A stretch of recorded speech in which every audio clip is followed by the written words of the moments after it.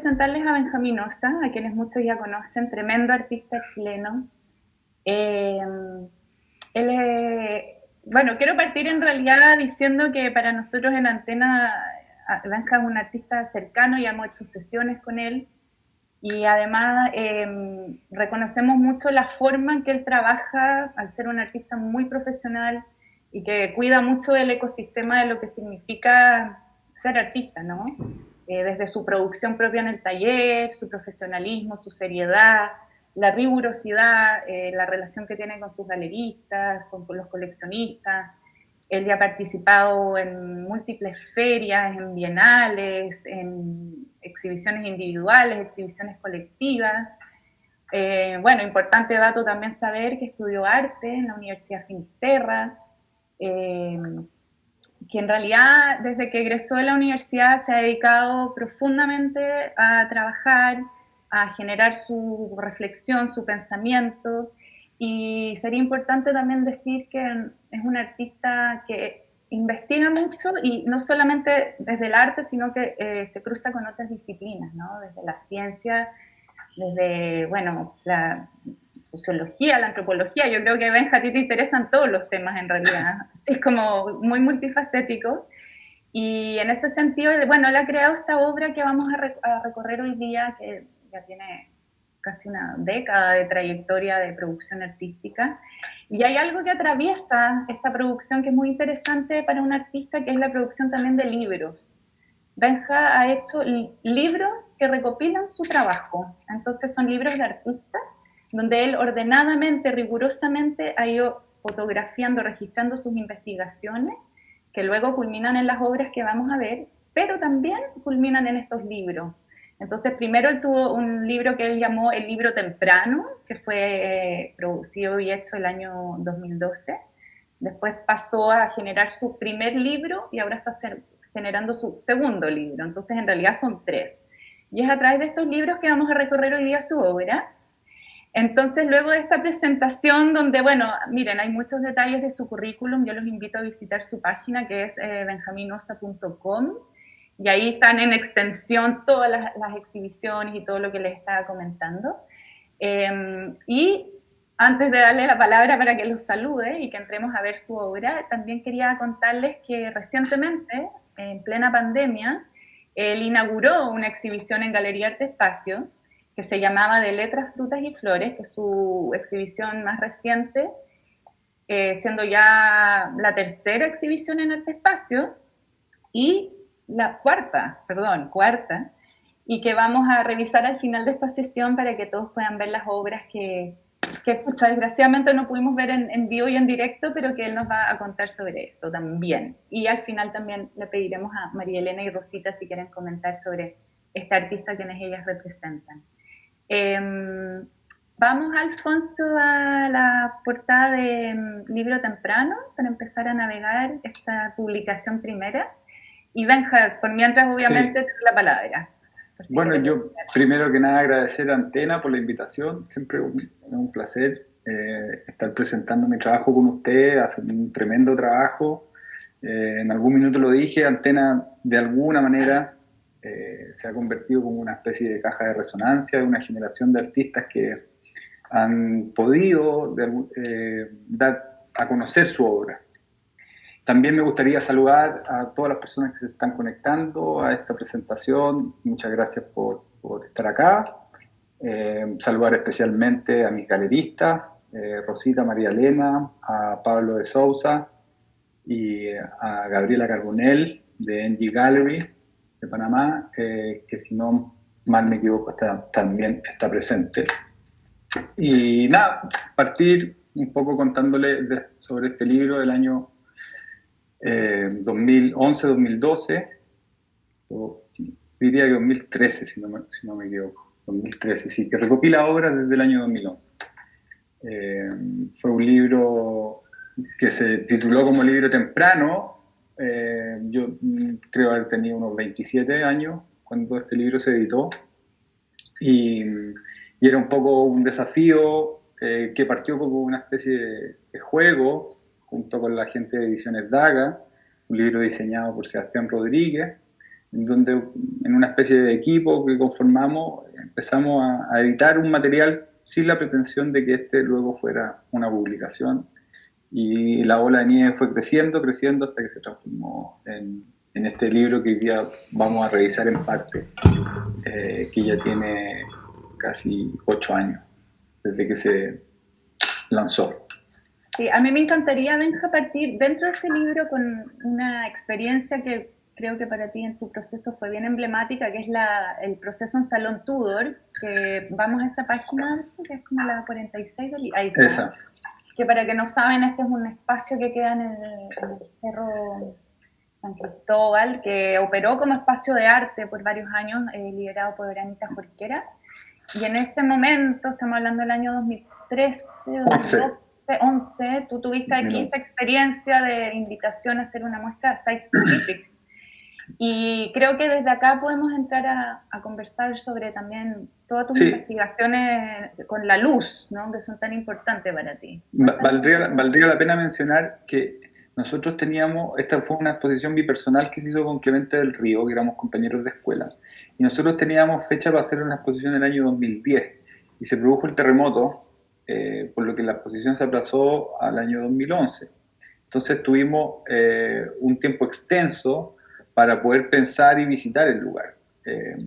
Ese lugar funcionaba más o menos con unos muros que colgaban desde el centro del salón. Nosotros pedimos que esos muros fueran retirados y tuve un año, que es una suerte, la verdad, de poder visitar constantemente ese espacio y buscar la manera de conjugar ciertas cosas que yo estaba ya investigando en el taller.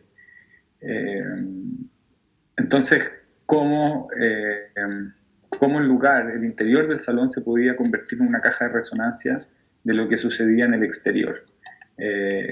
Cómo el fenómeno de la luz y el tiempo modulado por este espacio arquitectónico podían de alguna manera disponer los dibujos sobre el salón mismo, sobre los espectadores, y cómo la exposición funcionaba independiente de que si estuviera abierta a público o no. Eso es una cosa que después vine a descubrir yo, que en el Museo de l'Orangerie, cuando se diseña para poder poner las obras, las pinturas alrededor, está arriba hay un techo que permite que las pinturas se puedan ver con luz natural. Entonces me hace sentido esto de la percepción y la luz y el tiempo en relación al momento en que uno se encuentra frente a la obra. Y esta exposición recoge eso, donde de alguna manera los dibujos son un modulador entre el espacio, la luz y el tiempo.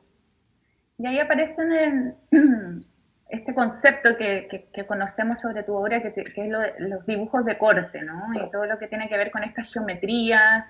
Entonces te quería preguntar tanto como por este lenguaje que has ido definiendo y que ya es bastante icónico tuyo, y también de cómo nacen las formas, las decisiones de qué es lo que construyes geométricamente, ¿de dónde viene eso?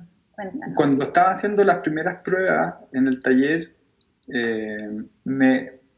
como que siempre trataba de organizar un plan de trabajo, como una estrategia con respecto al dibujo, que tenía como primicia que el plano no se destruyera a través del corte, sino que se mantuviera. Pero cada vez que de alguna manera construía ese plan, por mi formación de pintor, me imagino que el resultado estaba prehecho de alguna manera, como que había una certidumbre a la hora de empezar a realizar los cortes, no había un vértigo en el sentido de poder estructurar el plano.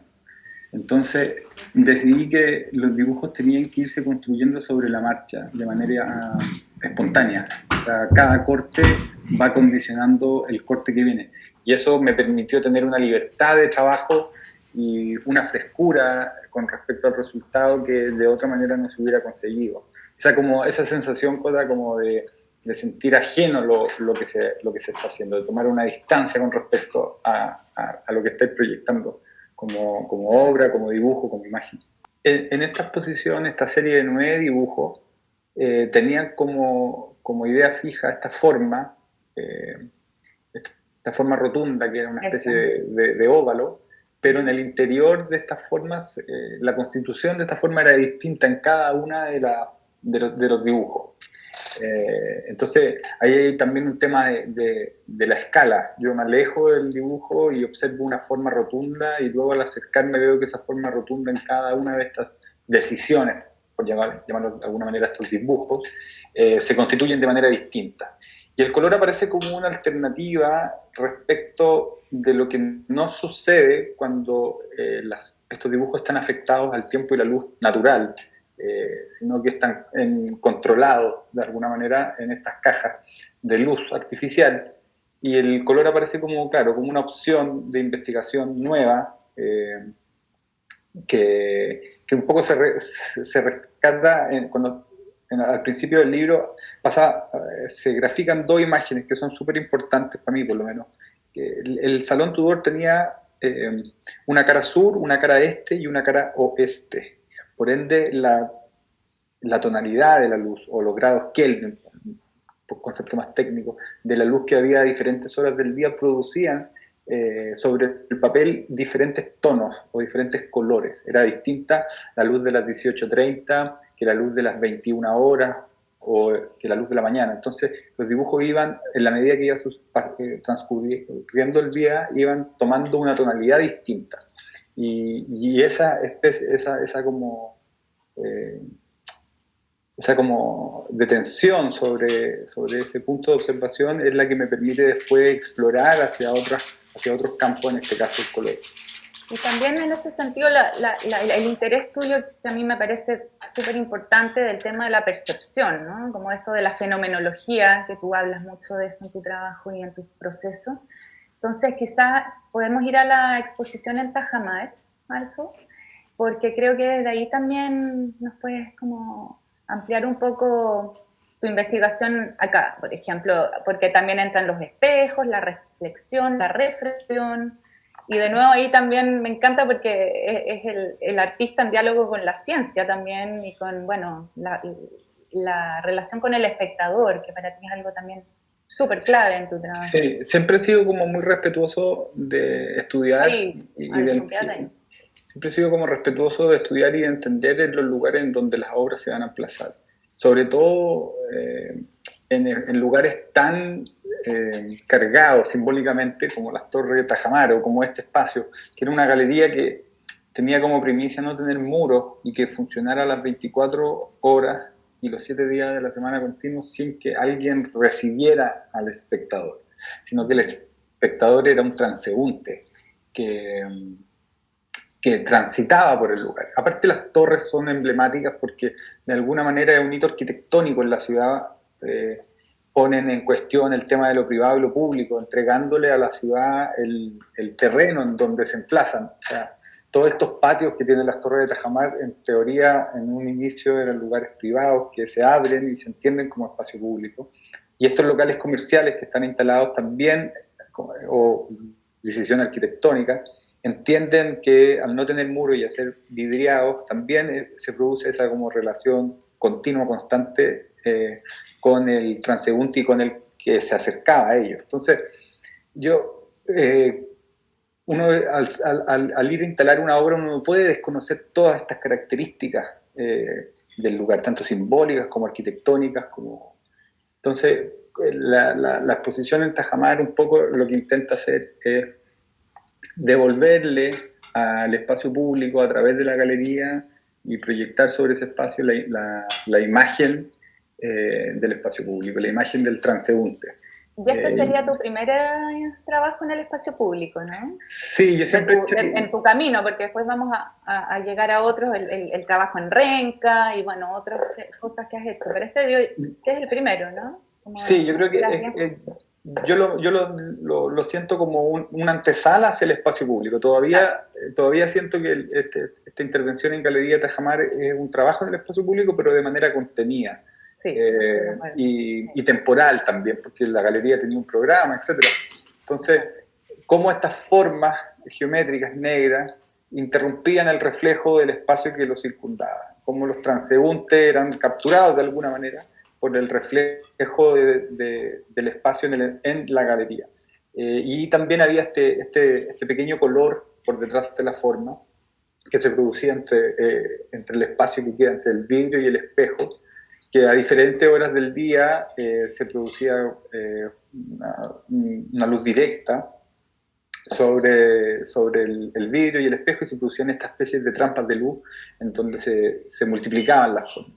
Cosa que la verdad, siendo honesto, no estaban presupuestadas que sucedieran, pero también en el afán editorial y de tener un registro como bien acucioso de las intervenciones que hago, yo frecuentaba el lugar constantemente a hacerle fotos en diferentes horas, y un día, no sé, tiene que haber sido las 5:30 de la tarde, entre las dos torres se colaba un rayo de luz que le pegaba justo a esa forma negra y se producía ese sinfín de color naranjo. Entonces, también las obras te van retroalimentando. A mí me encanta cuando pasa eso, porque quiere decir que de alguna manera el trabajo en sí tiene una inteligencia que desconoce la autoría de quien habla y empieza a funcionar de manera autónoma. Entonces, queda lejos de mis decisiones, ¿te fijas? Y entra ese concepto del azar, ¿no? Que para ti también es algo que te interesa siempre como considerar.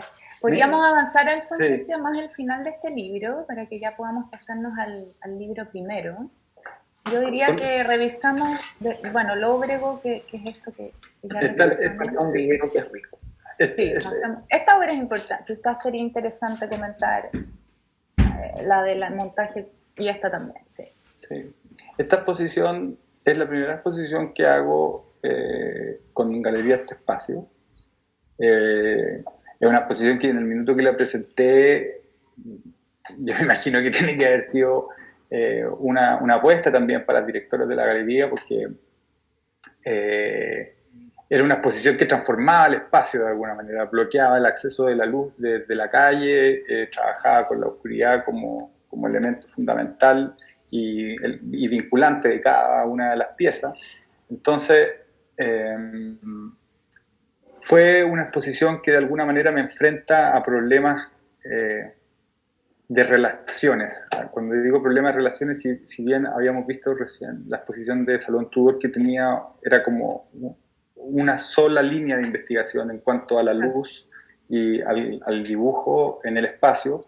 Después está Tajamar, que funciona un poco con el espacio público y el reflejo, y después meterse adentro de una sala en donde todo podía ser de alguna manera modulado, organizado y construido por mí. O sea, todos esos fenómenos que estaban sucediendo en Tajamar y en Salón Tudor, de alguna manera yo podía replicarlos o construirlos de manera artificial en el espacio.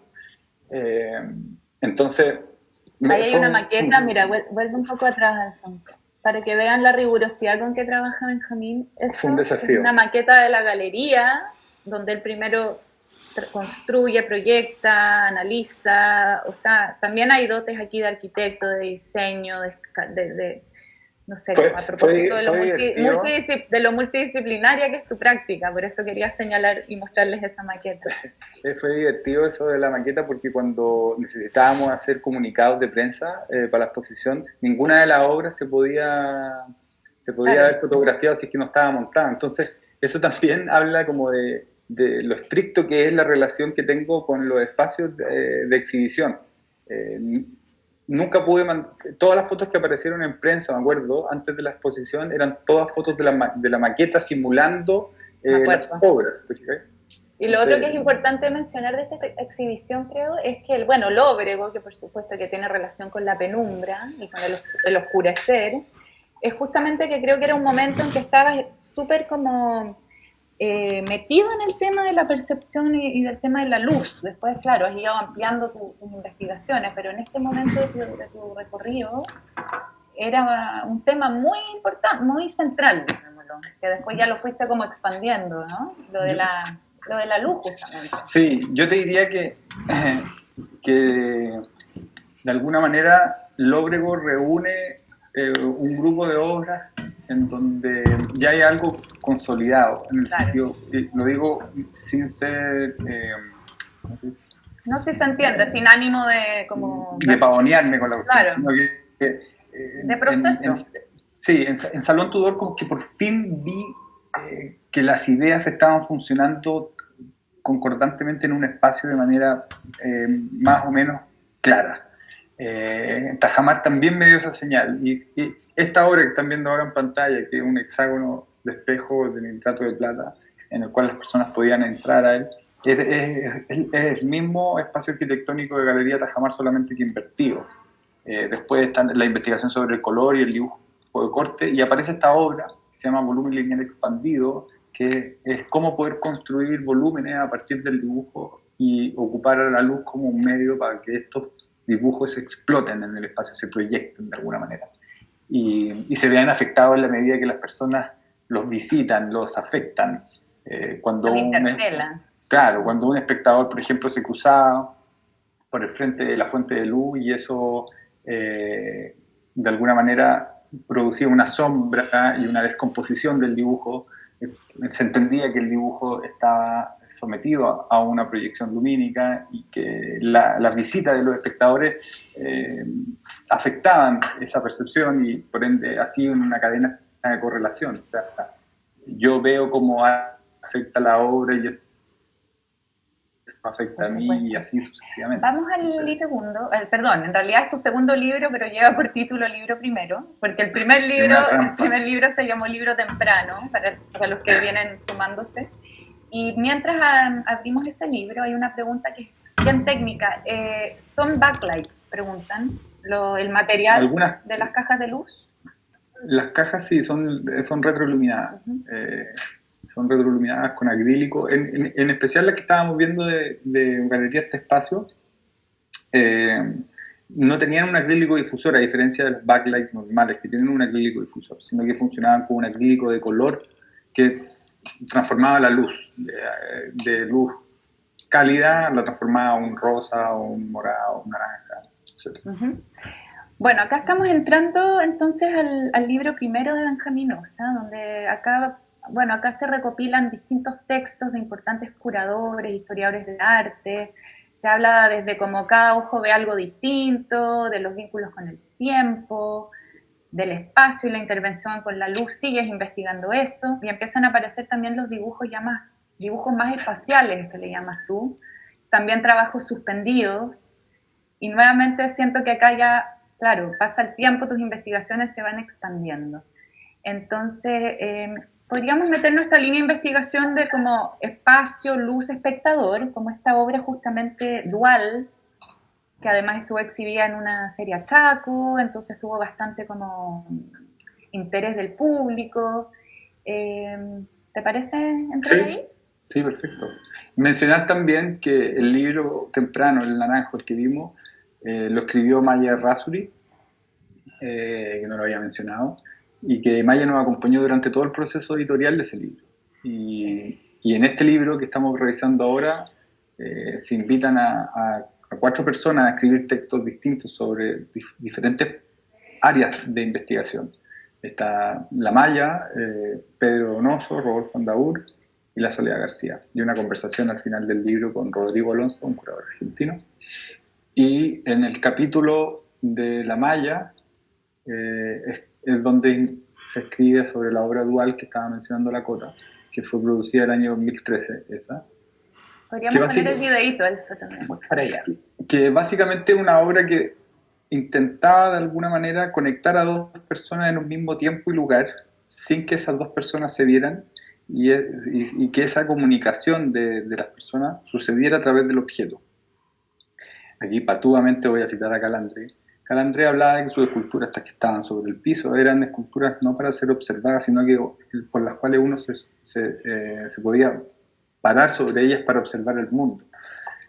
Estos objetos, este cilindro lumínico que produce un infinito desde ambos sentidos, lo que también busca es que 2 personas se puedan encontrar en una experiencia, sin necesariamente saber quién es el otro que está observando, igual que yo, y se encuentran en un tiempo determinado y se observan, porque hay hay un pequeño orificio muy chiquitito de unos 3 centímetros de diámetro, en el cual este infinito se desaparece y yo puedo observar hacia el otro lado. Entonces, finalmente son dos ojos que flotan en este infinito de luz que sin conocerse se relacionan por un tiempo indeterminado. Esta obra participó, como decía la Cota, de una feria, participó también en la Bienal de Artes Mediales, en el Museo Nacional de Bellas Artes, y hoy día está el resguardo de un gran arquitecto y coleccionista que se llama Guillermo Heredia. Así que estoy muy contento porque fue un proyecto redondo en ese sentido, un proyecto que fue capaz de estar en términos editoriales, en términos de una bienal, en términos de una feria y luego terminar su proceso al resguardo de alguien que yo sé que, que le, va a dar, le va a seguir dando vida a ese trabajo. Y aquí podríamos avanzar un poco más en el libro primero. Estas piezas, esta justamente, la suspendía, como la experiencia del montaje que tuviste en Montevideo. Claro. Entonces creo que aquí también pasa algo que da un giro en tu trabajo. Ya entras a trabajar con nuevas materialidades, como vamos a seguir viendo más adelante. Mira, es bien... Con el plástico también. Sí, es bien curioso porque da la sensación visual de que las obras tienen mucha distancia con lo que se estaba haciendo, pero también guardan una estricta relación con la arquitectura. Por ejemplo, esa obra, de esos planos suspendidos de Lycra, siempre cuando se hizo el proyecto Palmadi, claro, se propuso que las obras se iban a disponer en el espacio desde los recursos arquitectónicos que el espacio tuviese. Uh-huh. O sea, yo no puse un cáncamo ni un perno para poder tirar esos tensores. La posición final de la pieza, el flotar en ese lugar, iba a depender de las características arquitectónicas. O sea, una baranda en la cual yo me podía amarrar un tubo de luz en una cenefa que estaba invertido, una rejilla de ventilación, la pata de la silla de la persona que cuidaba la sala. O sea, que la disposición final del objeto en el espacio dependía de la arquitectura y de sus posibilidades, no de mi voluntad. Yo siempre intento dejar algunas cosas fuera al alcance de mis decisiones y que sean tanto las materialidades o la arquitectura o el propio espacio los que terminen por constituir el resultado de la pieza. Eso me da una cierta libertad para poder trabajar. Y en términos simbólicos, esta obra también creo que empieza a abordar como nuevos conceptos en tu trabajo, con esta pieza concéntrica que te hace la tensión. ¿Nos puedes contar un poquito el detalle de eso también? ¿La puedes poner de nuevo, Elfo? Porque es muy poético también de lo que de alguna manera narra esto. Son dos formas opuestas. Hablo de las formas por estos planos de color, o sea, este círculo negro, este círculo blanco con su grilla, que se tensionan entre sí, de alguna manera, con estas esferas, esta especie como de perlas que están por el reverso de cada una de las formas. Entonces, como de nuevo, hablando de lo del dibujo, como un plano o como un dibujo con un punto que se ejerce, que también tiene alusiones a cosas más espaciales, a la capacidad elástica que tiene el espacio y cómo nosotros las podemos entender, comprender, leer. Me esforcé porque esta pieza, por ejemplo, no tuviera una proximidad con el espectador, sino que quedó en un vacío. En la foto de la superior izquierda se puede ver que quedó en el vacío que tiene el museo. Es una sala muy compleja esa, pero también había una distancia, como una especie de hermetismo con respecto a los materiales y a las texturas de la superficie que tenían estas telas. Cómo expandir un poco el tema del dibujo. Incluso esas líneas que van a la atención, que hacen la atención de la tela y van a la arquitectura, esas líneas también se comportaban como líneas de dibujo en el espacio, que después vuelven a aparecer en otros proyectos. Esto es muy, muy interesante y muy potente de tu práctica artística, Benja, porque en el fondo tú los medios de expresión más tradicionales, como el dibujo justamente, estás siempre desplazándolos y llevándolos al límite. Y eso es justamente lo que hace que estás siempre con nuevas propuestas y nuevas maneras de armar exposiciones y obras, y es una constante experimentación. Sí, lo que hace este artista, para quienes no lo conocen. Realmente es como que es un sinfín de explorar, explorar, y eso para mí al menos es muy valioso sí, en un artista. siempre me ha Entonces dado, avancemos a Eigengrau, por favor, Alfonso, dale, al siempre, laboratorio. siempre me ha dado miedo esa cosa como de repetirse a sí mismo, eh, como una especie como de pavor a que las cosas huelan a lo mismo todo el tiempo. Eh, Eso está muy plasmado en tu proceso y en tu trayectoria y me encanta. Y de hecho tener estos libros habla de eso también, porque investigas tanto que tus libros son también parte de tu cuerpo de obra. Y por eso me sí, encantaría que cuentes sobre, por ejemplo, este proceso de laboratorio que tuviste con tu compañero artista Javier Toro Blum. Y brevemente, porque nos queda harto por ver, pero me encantaría para que también vean tu lado como científico, donde hay un objeto de estudio y te pones a mirarlo y como las obsesiones que aparecen. mira, Eh, yo fui, la verdad soy un agradecido de haber participado en este proyecto de Javier. Con Javier trabajamos hace mucho tiempo juntos, nos conocemos desde muy pendejos. Tremendo artista también, hay Tremendo que artista, decirlo. pero mejor persona. Sí, también. Hermoso. Y Javier está investigando sobre cómo somos capaces de construir en la oscuridad, cómo nuestro cerebro opera bajo ciertas condiciones lumínicas. Y lo que hice fue un ejercicio muy sencillo, que a través de unos motores que instalamos en el cielo del taller en donde se estaba realizando el experimento, colgamos unas líneas de luz fosfórica que giraban a una misma revolución y con fotografías de larga exposición podíamos ver el trayecto de esa luz girando en el espacio. Vuelve un poquito atrás al Y, laboratorio. y básicamente lo que hicimos fue invitar bueno, la Cota fue partícipe de los invitados. Invitamos a personas a poder contrastar experiencias, un poco poder entender cuál era la percepción a diferentes velocidades, a diferentes tiempos de permanencia, a diferentes estímulos lumínicos. O sea, habían algunas composiciones que eran a partir de 4 o 5 puntos, había en otras composiciones que funcionaban en base a 8. Entonces les pedíamos a las personas que asistieron y se sometían al proceso de experimentación que cronometraran, que dibujaran, que hicieran una reproducción performática de cómo ellos sentían que se había movido la luz. Y todo ese material se documentó, yo tengo todos los registros. Por ejemplo, esa foto. Ahí están. Y viene la Rosita Lira, aparece más atrás en el laboratorio. Claro, todos esos dibujos, todas esas gracias sobre papel negro son interpretaciones de las personas que se sometieron a los diferentes estímulos de luz.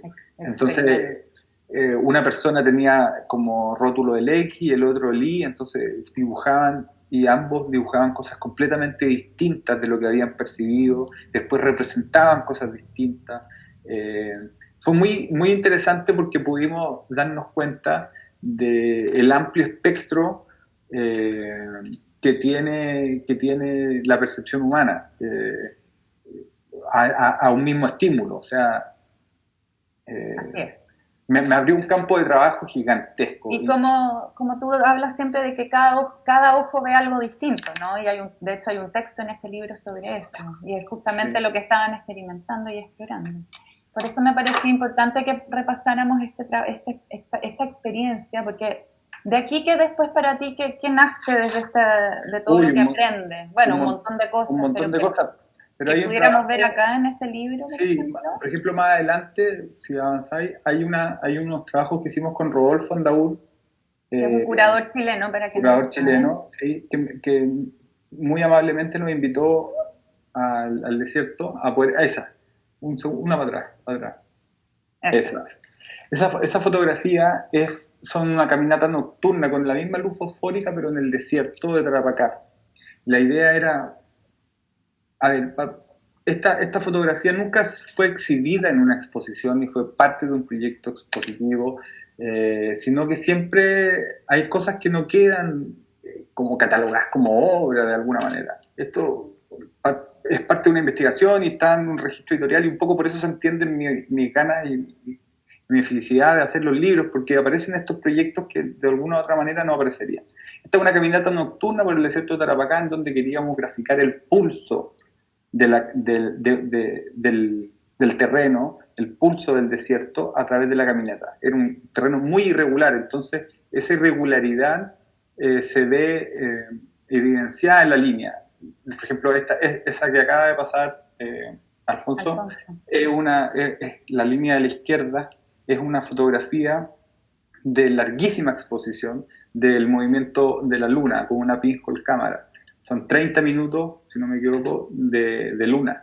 Entonces, ¿cómo la luna puede ser un punto y puede ser una línea en el tiempo?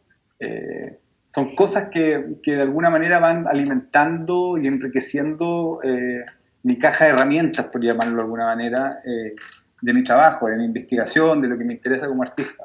Es que Benja, qué genial que digas eso de la caja de herramientas, porque justo quería comentar que, claro, tú desde el oficio con las manos, que ya es como el construir, el cortar, el dibujar, hasta como el manejo de herramientas tecnológicas o cámaras, que en realidad trabajas hasta con cámaras a veces análogas y cámaras oscuras, y has experimentado mucho en ese mundo también. Entonces, tu mundo de herramientas también es muy interesante y muy amplio, y en ese sentido también ir a tu taller es un panorama visual de todo lo que uno ve y las herramientas y cómo las ordena también Benja en su taller. Intento que cada proyecto tenga una correlación con el mecanismo en el cual se registra o se produce. Por ejemplo, había una foto antes que lanzamos un globo no teníamos idea, lanzamos un globo y no teníamos idea de lo que iba a suceder. Yo había dispuesto un carrete de casi de 5 kilómetros y lanzamos un globo helio con la idea de que el globo se fuera y ver cómo se comportaba una línea en el espacio. Línea entendida por este hilo. Es una más adelante, creo. Ahí va avanzando. Y de repente esta línea, este globo desaparece en el paisaje, es abducido por el paisaje, la inmensidad del desierto. Esto es la ruta del ácido sobre el farallón costero de Iquique. Desaparece en el espacio y queda la línea. Entonces, de alguna manera esa línea seguía avanzando frente a nuestro ojo, el globo ya había desaparecido y la línea también en algún minuto se desvanecía. Y cuando sacaba el carrete de la isla, del hilo, tomé la cámara y comencé a perseguir esa línea, que era una especie de serpentina, una culebra que iba por el desierto, un poco sin un rumbo determinado, ni tampoco sabía hasta dónde yo la iba a poder seguir. Y resulta que cuando ya no logro seguirle la pista y esa línea se abduce en el paisaje, me enfrento con un animal diseminado, calcificado en el suelo. Entonces, el azar de poder tener que seguir esa línea y poder encontrar los huesos de un animal muerto en el desierto, el traslado, etcétera, me empiezan a hablar de no sé, del land art americano, de la Odisea del Espacio, no sé, un montón de referencias que sin el azar no existirían, no los podría haber visto. Me encantaría ahora que fuéramos ya que hablamos bastante de esta experiencia en el desierto, que fue muy importante para ti, vamos a No hay forma de perder el tiempo, que creo que también es una exhibición emblemática tuya aquí, justamente si nos detenemos acá para ver las vistas, donde además en el segundo piso desplegaste toda tu investigación con el paso de la luz y del tiempo y del sol en el desierto, pero podemos hablar de los dos momentos de la muestra, obviamente. Sí. Pero me gustaría llegar justamente a estas piezas que estamos viendo, porque aquí ya sí que fue un cambio y un giro radical en tus investigaciones. También hay una relación... Todo está unido, sí. Pero que acá visualmente igual hay una cosa que visualmente nos llevó al espectador a otro lugar. Sí, a otro lugar. Yo entiendo esa dicotomía visual que se produce entre las cosas que habíamos estado viendo antes y esto. Pero de alguna manera ambas tienen que ver con la luz y con la energía y con el tiempo como factor. Son como aguas subterráneas. Las cosas evidentes por lo general están en la superficie. Uno lee el diario y evidencia lo evidente. Pero las cosas que funcionan en otra categoría son más subterráneas, son más sutiles. Entonces, las exposiciones de alguna manera ahora la investigación se estaban conectadas. En el segundo piso de esa muestra estaba toda la investigación con respecto al desierto. Yo hice un ejercicio de fotografiar el cielo del desierto de Atacama cada una hora con la misma métrica química a través de una fotografía Polaroid, para poder evidenciar el cambio de color a través de la luz solar y el tiempo. Entonces, a las 7 de la mañana, a las 8, a las 9, a las 10, desde el mismo punto, desde el mismo lugar, etc. Y tomaba la fotografía como un elemento, después se fraccionó, se modificó, y se ocupó como un material de trabajo. Y en el caso de las esculturas rojas, también el tiempo era un factor determinante, eran planchas de poliuretano de alto impacto que entraban a un horno a 90 grados, y yo con un traje térmico luego tenía 1 minuto y 30 segundos para que el material de alguna manera copiara la forma de mi cuerpo. Era como una fotografía volumétrica, instantánea, de la relación entre el material y el cuerpo. Que era un poco lo que había hecho en el desierto en un rango de 24 horas, pero era físicamente tener que salir del lugar en donde estaba, a hacer la fotografía, y que esa fotografía tomaba un pedacito de momento del cielo del desierto. Entonces, la exposición visualmente quizás no había una relación directa, concreta, pero sí había una relación conceptual entre las obras. Y también aparece este color pregnante rojo, todas las piezas del mismo color, o sea, pasan cosas en lo formal también diferentes, pero estoy totalmente como conectada con lo que dices de que todo va como siendo una yuxtaposición de lo que ya vienes investigando, y como siempre están los factores del tiempo, de la percepción, bueno, del comportamiento sensible, de cómo nos conectamos entre nosotros y con la naturaleza también, ¿no? Y un dato de esa serie, Cota, es que, por ejemplo, cuando fuimos a hacer el registro fotográfico de las acciones, que está en esa fotografía que está a la izquierda, por ejemplo, en blanco y negro, fuimos con Jorge Lose, que le aprovecho mandar un saludo, ojalá esté por ahí, íbamos a hacer formato medio, y dijimos, son 11 esculturas, vamos a hacer 11 fotografías. No vamos a hacer ni video, ni vamos a hacer 2 fotografías por obra, vamos a hacer una fotografía y es lo que es. En el sentido de tener como rigurosidad con respecto a que si yo no puedo editar y modificar en el proceso escultórico la obra, porque tengo que adoptar una posición corporal para que quede impregnada en el material, tampoco puedo editar el resultado fotográfico. Entonces, también ahí empieza a funcionar el azar de nuevo. No teníamos certeza de que las fotografías iban a ser, entre comillas, correctas. Claro, pero acompañaban muy bien a la obra así final. Sí. Y en eso me gustaría explicarle a los que nos están mirando que en el fondo la pieza, que si uno adquiriera una pieza, era la escultura con la fotografía. Sí. Era como una pieza dual de volumen y foto. Y eso también muy interesante, porque el registro del proceso de la obra, ¿no es cierto? Y para mí esta obra también fue muy importante para mi trabajo, para mi carrera, porque sí. Estas obras entraron a la colección Casa, entraron a la colección de Claudio, entraron al Museo de Arte Contemporáneo de Chile. Entonces, fue un proyecto muy interesante que nace de una galería de arte, o sea, se exhiben en una galería de arte. Entonces, para mí es muy significante eso. Derriba varios mitos sobre cómo funciona el circuito artístico chileno. Y en ese sentido hay que destacar la labor de la María Elena y de Rosita, tus galeristas en Chile, porque también, al igual que en Lóbrego, y bueno, en general también, pero se la juegan por estos experimentos de un artista bueno, como tú en este caso, y jugadísima, eso sí, iba justamente. Súper jugada. Me gustaría de hecho, ahora... terminemos sí, dale, para cerrar acá este libro. Al igual que como se hizo en las maquetas para las exposiciones anteriores, yo pedí las 2 salas, la galería tenía 2 salas en ese minuto de exhibición.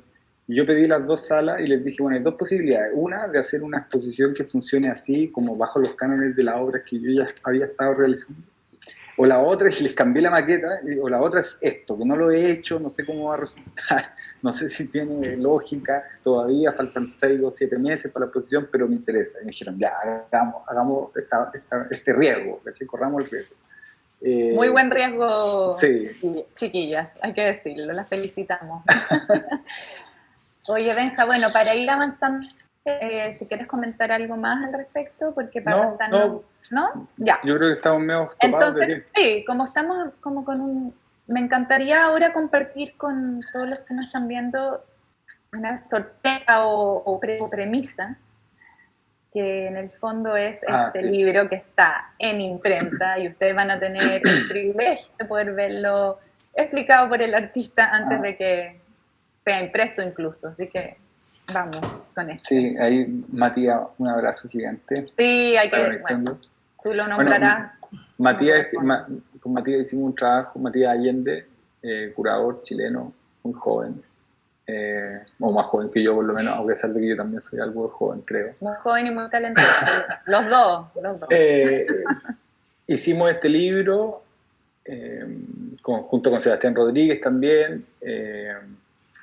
Esta tercera publicación llamada Libro Segundo se resume en 4 inviernos y 3 veranos. Matías lo tomó así un poco por las localidades en donde habían sido exhibidas las obras y las estaciones del año en la cual habían estado. Son obras que fueron la mayoría producidas fuera de Chile.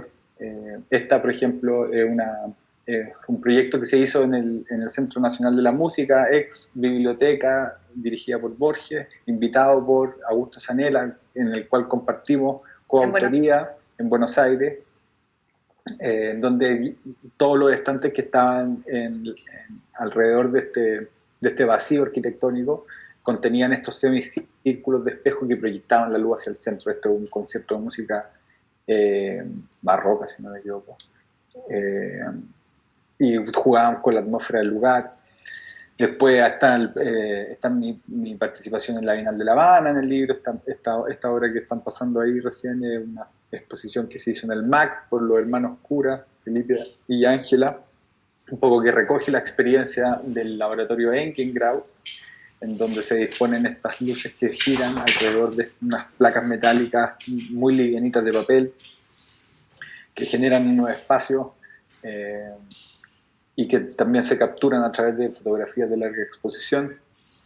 Después hay proyectos que tienen que ver con el desierto, que fueron presentados como ese, que fueron presentados en Galería Aldo de Sousa, en Buenos Aires, una galería que trabajo ya hace, si eran 7 o 8 años, de cómo funcionaba el desierto. Hay obras que tienen que ver con el espacio público, lo que se presentó en Renca, lo que se presentó en FALP, que son obras permanentes en el espacio público, que trabajan con la dinámica de las carreteras, con la fuerza que se ejercen sobre las losas de los puentes, cómo estas vibran, se mueven, cómo se recupera un espacio depreciado por las carreteras y se recupera para la comunidad. Es un libro de alguna manera muy completo desde el año 2016 hasta el año 2019. Con una edición muy fina un diseño muy fino por parte de Sebastián. Este proyecto, por ejemplo, que es un proyecto que al igual que el laboratorio, no tuvo un lugar de exhibición porque no fue confeccionado para eso, sino que esta es una invitación que me hace Valentina Matzner a partir de un proyecto que se llama Misión Centauro, de un científico que se llama Eduardo Bendek, que está en relación con la NASA. Estaban haciendo una investigación espacial y estaban enviando globos helio a gravedad cero, y me piden realizar un dibujo, o sea, una obra que funcionara para poder ser lanzada al espacio, que tenía que tener características como que no podía pasar más de 20 y tantos gramos, etc. Entonces, ¿cómo se compone, cómo se construye un dibujo para que reaccione a una atmósfera distinta, para que reaccione a una condición física distinta? Cómo un dibujo es afectado por un espacio distinto. Entonces, fue haciéndole resistencia constantemente mientras iba subiendo el globo, pero una vez que ya llega arriba se invierte esta especie de botellero, duchampiano, y se da vuelta y se extiende en el espacio. Entonces, cómo un dibujo sale de su régimen normal y puede convertirse en otra cosa, estar afectada por otra cosa. O sea, entonces, de nuevo, los libros me permiten ir pudiendo mostrar este tipo de proyectos que no son proyectos para ir a una exposición, a una sala, O este otro, que es un proyecto de un libro que hice con Editorial Vortex, una editorial de Valparaíso, donde me propusieron hacer un libro objeto y empezar a entender cómo un libro, cómo funciona un libro sin letras, a partir de formas, y cómo uno espera del lector un compromiso, o del observador, cómo poder disponer este libro en el espacio, estrujarlo de alguna manera, sacarle todo el potencial que las formas tienen. Eh, entonces el resultado de alguna manera es la repercusión del involucramiento que uno tiene con lo que estaba manipulando, como el compromiso del observador o del operador con respecto al objeto. ¿Cuál es el texto que se desprende de él? Está la exposición en París que hicimos con Javier Toro, una exposición bipersonal que hicimos en la Sovereign Gallery, con la cual seguimos trabajando. Lamento mucho que por el cambio de horario Patricia no esté, pero fue una tremenda expo, muy contento de haber hecho eso. Esta exposición que un poco vuelve a mi inicio de trabajo con Galería Arte Espacio, que fue el 2017, en donde aparecen de nuevo los dibujos. Es una práctica que yo no abandono, constantemente lo estoy haciendo, es parte de mi práctica diaria de taller, de poder estar. De alguna manera, en estos dibujos suceden un montón de cosas que después son explotadas en obras de otras dimensiones y otras escalas. Son como procesos de reflexión. Dibujar de alguna manera es también pensar, estar encima de los problemas. La obra de Falk, que les mencionaba anteriormente, una obra permanente en sus instalaciones, cómo funciona con el viento, cómo funciona con la luz. La Bienal de La Habana, una invitación tremenda de Nivaldo Carbonell a participar en este proyecto en el Malecón Habanero, una obra para la ciudad, una obra que va a quedar permanente, una especie de un invisible faro que se instaló en la plazoleta al final, cuando corona el Prado con el Malecón. Y el libro termina con un proyecto del proyecto Eclipse, que fue durante el 2019, que fue una exposición en Matucana 100, una exposición colectiva curada por la Jimena Moreno, con Lidia Condoffer, con alemanes, chilenos. También se hizo una exposición, mi primera exposición individual con la galería que estoy trabajando en Panamá, en G Gallery, que también se llama Posición sobre Tensión, que gira en torno al problema del eclipse. En fin, es un libro muy completo de los últimos 3 años de trabajo, que lamentablemente no alcanza a agarrar la exposición de Letras, Frutas y Flores que se presentó en Arte Espacio este año, pero es un libro que estoy esperando poder que nos levante la cuarentena para ir a imprenta, que es otra cosa que me fascina, estar ahí a pie de máquina, ir viendo las pruebas de impresión y conversar con los operarios técnicos de las máquinas y poder estar jugando ahí un rato. Eso te iba a decir, es como que tienes una fascinación por la producción y todo el proceso, reunir a quienes escriben, a los curadores, el diseñador, como que es un trabajo además que te permite entrar en diálogo multidisciplinario, ¿no es cierto? Entonces, o sea, me llena de alegría poder ser como un vaso comunicante entre exacto. diferentes personas, o sea, que abrir espacio para que otros también puedan publicar sus textos, para que otros puedan hacer sus diseños. Nunca he sido un editor yo riguroso o en el sentido de decir, mira, quiero que la cosa vaya en esta senda, en este camino, sino que más bien soy de los que espera escuchar propuestas y dar completa libertad. Bueno, con Sebastián ya son 3 veces las que hemos trabajado juntos, entonces yo ya ni le pregunto. Y además que son libros que recogen tu proceso, entonces eso es lo rico. La riqueza es que expande la obra, entonces no es solamente no es un catálogo, sino que realmente tienen una profundidad que yo creo que complementan tu obra finalmente, sí. Y como hemos dicho, son parte de tu cuerpo de obra, realmente. La exposición de Letras, Frutas y Flores es un poco la concentración de 3 cosas que para mí han sido muy fundamentales en mi vida, que son literalmente las frutas, las letras y las flores. Lo digo porque han sido un poco la herencia que me han dejado mis padres, en el sentido de la educación que he recibido, las cosas fundamentales.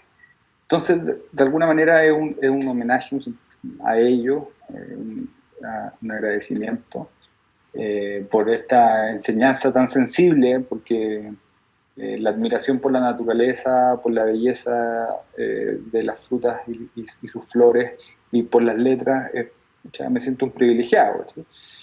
Entonces, un homenaje para ello. Y las formas y las abstracciones que están en cada una de esas obras son de alguna manera la representación de cada una de esas cosas. Entonces, la relación también con el operador, con quien utiliza una de estas piezas, cómo la disponen en el espacio, cómo están sometidas a que cada una de las personas que entra a la exposición determine la forma o la imagen final de las piezas. Es una exposición que a mí me llena de felicidad porque a pesar de que tuvo problemas de pandemia,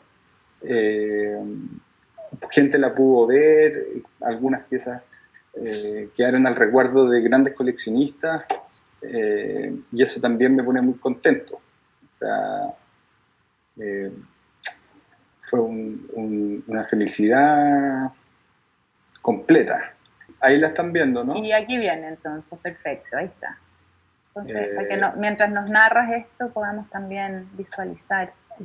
Estás hablando además de unas piezas que entra un mecanismo de movimiento, que si bien en muchas piezas tuyas hay mecánicas. Sí, es algo que estaba incipientemente en la exposición de Tajamar, como que de alguna manera este concepto de trabajo durmieron largos años y han ido apareciendo varios proyectos anteriores.